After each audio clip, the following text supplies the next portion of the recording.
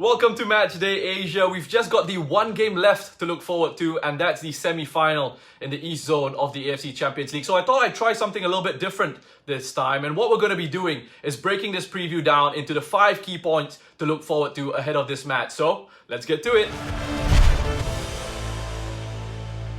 Now, our first key point is history, and this will be the first meeting between these two sides in the history of this competition. Vissel Kobe are playing in their first ever AFC Champions League campaign, and so far, they're making a great run of things. Having qualified from the group stage early on in Qatar, they've now seen off the challenges of Shanghai SIPG in the round of 16 and Suwon Samsung Blue Wings in the quarterfinals to make it into the semi-finals of the competition at the first time of asking. Now, their opponents, Ulsan, are, compared to Vissel Kobe, AFC Champions League veterans, with this being their 8th campaign, 9th at the top table of Asian club football, if you count their appearance at the 97-98 Asian Club Championship. So they've qualified for the semi-finals of the AFC Champions League now in 3 of their last 8 campaigns. First time up was in 2006 when they lost to John Book in the semi-finals, then in 2012 when they went on to win the title, and here in 2020. Now, back in 2012, Ulsan actually went 12 matches unbeaten in that campaign. They won 9 straight on their way to being crowned Kings of Asia for the first time. The Ulsan side of 2020 are an 8-match unbeaten run themselves. They've won 7 in a row on their way into the semi-finals. Matching their club record winning run from 2012, we'll see Ulsan picking up their 2nd Champions League title in their history. But there's still work to be done after Ulsan saw off the challenge of Beijing FC, who themselves hadn't lost a match in the competition in the quarterfinals with a 2-0 win. Now, key point number 2 is redemption. So the restart of the AFC Champions League, as it turned out for these two sides, has come at a great time. It's an opportunity to pick up a massive continental title after what has been a disappointing season on the domestic front for the two clubs, but for slightly different reasons. For Ulsan, it was a matter of just falling short at the finish line. They suffered the heartbreak of actually losing out on the K-League title to Jeonbuk Hyundai, and they also finished 2nd in the cup competition after losing to the same opposition. But they did put up a strong showing for most of the season. They were involved in the title race, just fell short at the end. So this is an opportunity for redemption in the Champions League. And it seemed to spur them on with a strong showing in Qatar. They scored at least 2 goals in every game since the restart. And Ulsan are also the best attacking side in the Champions League with 19 goals scored. What they've also done is they've also taken the most shots in the competition with 122 efforts at goal.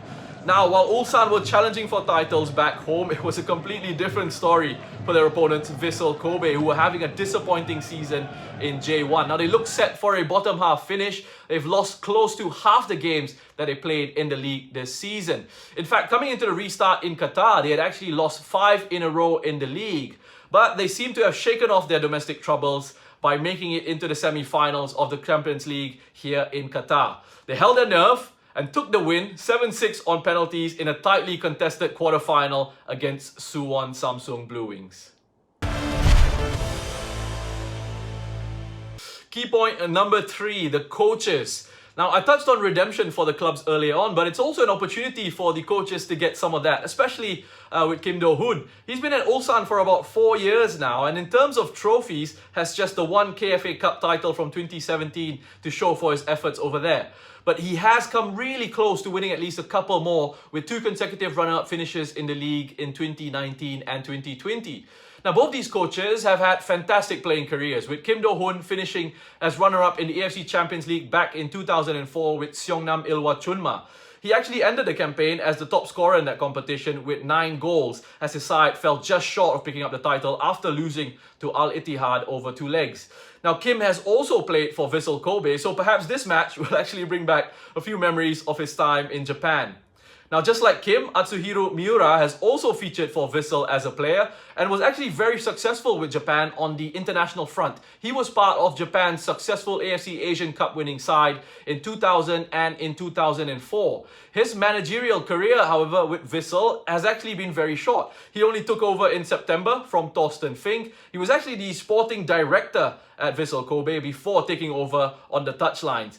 Now, what he's done in his short time with the club, at least on the continental stage, is that he seemed to have found a way to pick up those results that has seen Vissel on their way into the semi-finals of the AFC Champions League, using the quality of the individuals that he has in their ranks. So that moves us on very nicely to key point number 4, which is the key players for both these teams. Now, in terms of names, perhaps there are none bigger in this competition than Andres Iniesta. But going back to that quarter-final tie, Vissel huffed and puffed against 10-man Suwon for about 80 of those 120 minutes, and without Iniesta in their side, seemed to really lack a cutting edge in the attacking phases of their game. Now, Iniesta eventually did come on late in extra time. He took a successful penalty, but in doing so, he seemed to aggravate his injury and might be a doubt for this game against Ulsan.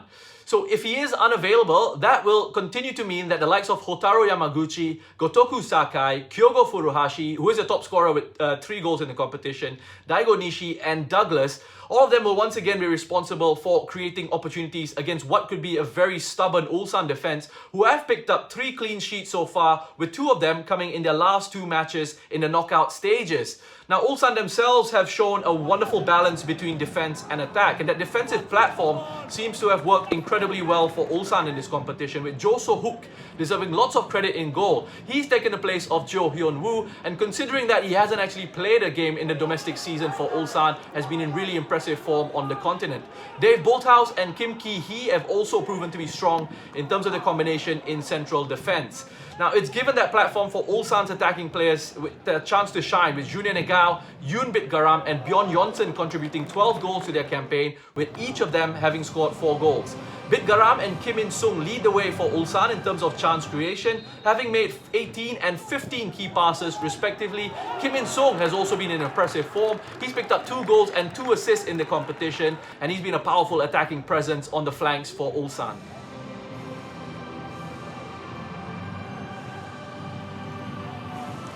But let's move on to key point number 5 now, and that's the tactical battle between these two sides. So what we did earlier was we highlighted the qualities of their key individuals. Let's now have a quick look at how the respective coaches have utilized those strengths of their players and how they will continue to do so in this game between these two sides. So we've seen from Atsuhiro Miura, in terms of his setup with Vissel over the course of the competition, he has experimented with several different formations, but they did employ a 4-2-3-1 in the last game against Suwon, and they could very well decide to go with that once again in this match. They've generally looked to build attacks down the left-hand side of their pitch, so that is an area of concern for Ulsan. That's something the South Korean side will have to watch out for. We mentioned Iniesta and his possible absence earlier. Furuhashi and Nishi could then be given a little bit more freedom to move across the attacking areas to help create chances, while Hotaru Yamaguchi will be key in helping build possession from deeper areas.